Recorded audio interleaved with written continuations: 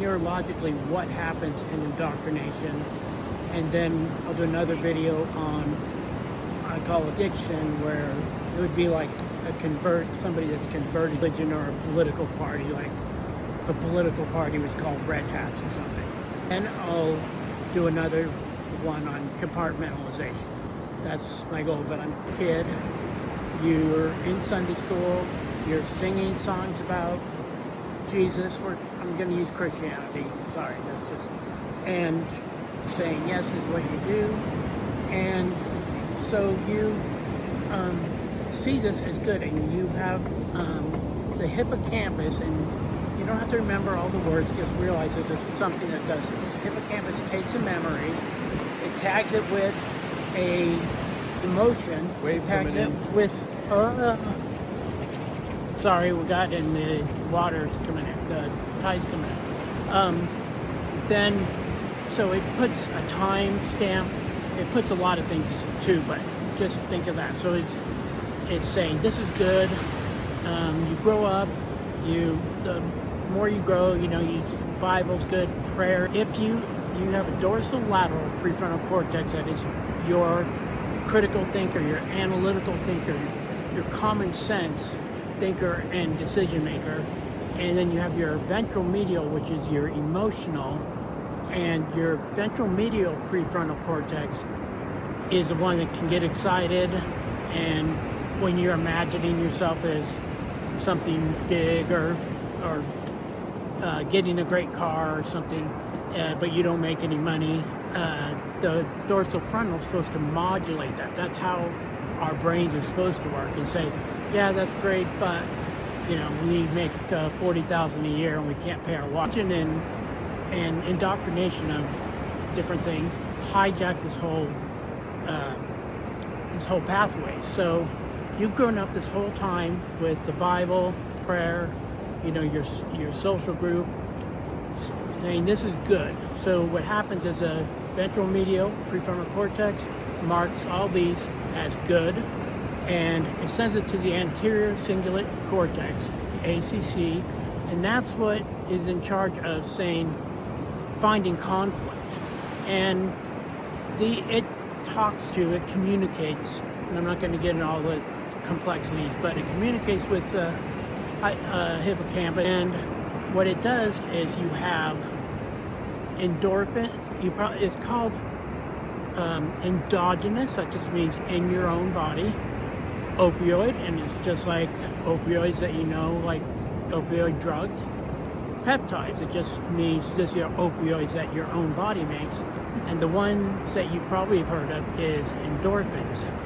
And because these stories all feel right and good, it gives you a reward. These endorphins are released, and these endorphins bind to new opioid receptors. And this is generally here, what we're talking about is in the ventral tegmental monergic cells, and there's a little thing that goes on, I'm not going to get into it, but it sends it to the nucleus accumbens, which is part of the ventral striatum, and you get a reward of dopamine.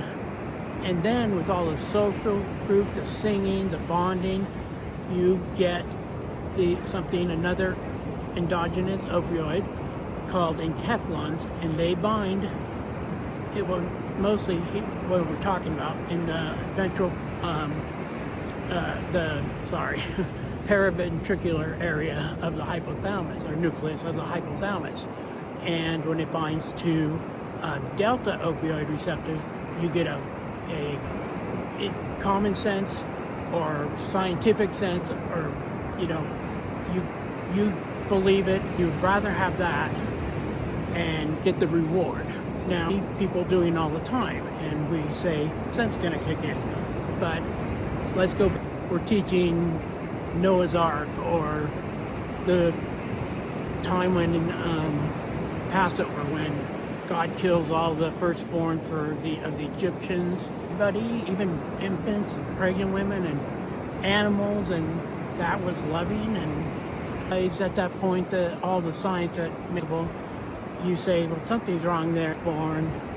It's just right. That's not right, and all the other stories you go into. And the little piece of your dorsolateral prefrontal cortex.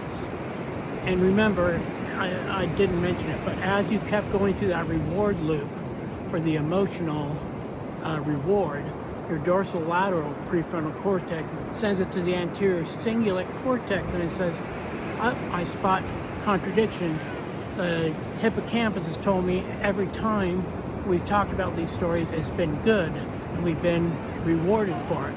So there's something wrong, and the insula may feel shame, and you don't, and it knows, okay, I'm going to be ostracized, I'm losing part of myself, because this is your identity now, or it has become part of your identity.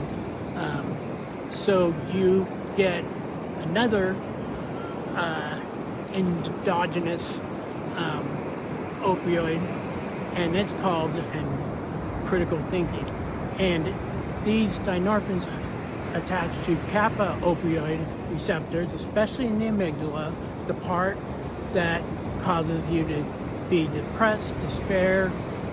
It can cause loneliness. It is bad. And so you don't get that oxytocin release, you don't get the dopamine release, and it can feel like really bad, and that's for knowing the truth. And it seems like, oh, that doesn't make sense. And people in your, let's just say church, since we're talking that, will say, that's because you left God, or you know, God, you went for the other part of my brain. And you can think of it as, I just got to critically think, this does not make sense. Why would a loving, all-knowing, all-powerful God do all these things in the Bible? It doesn't make sense. It's not good. He's horrible, or it's horrible, whatever God is. And so the more you can start taking this loop of truth and critical thinking, you can start to strengthen that to the point where you will finally start to get rewarded. You'll probably find a group that thinks like you if you want to, and so if you're waiting for these people in the church, or say the red hats, to just say, oh, common sense is going to kick in sometime, and you go, don't, this is why it hasn't and won't, and if we need to, as a people in reality, we need to do something. And so I'll explain more about how other loops, and this includes politics, churches, when you convert as an adult, and it's called, I call it addiction. But this is the first video or videos, and I just want to do indoctrination again. And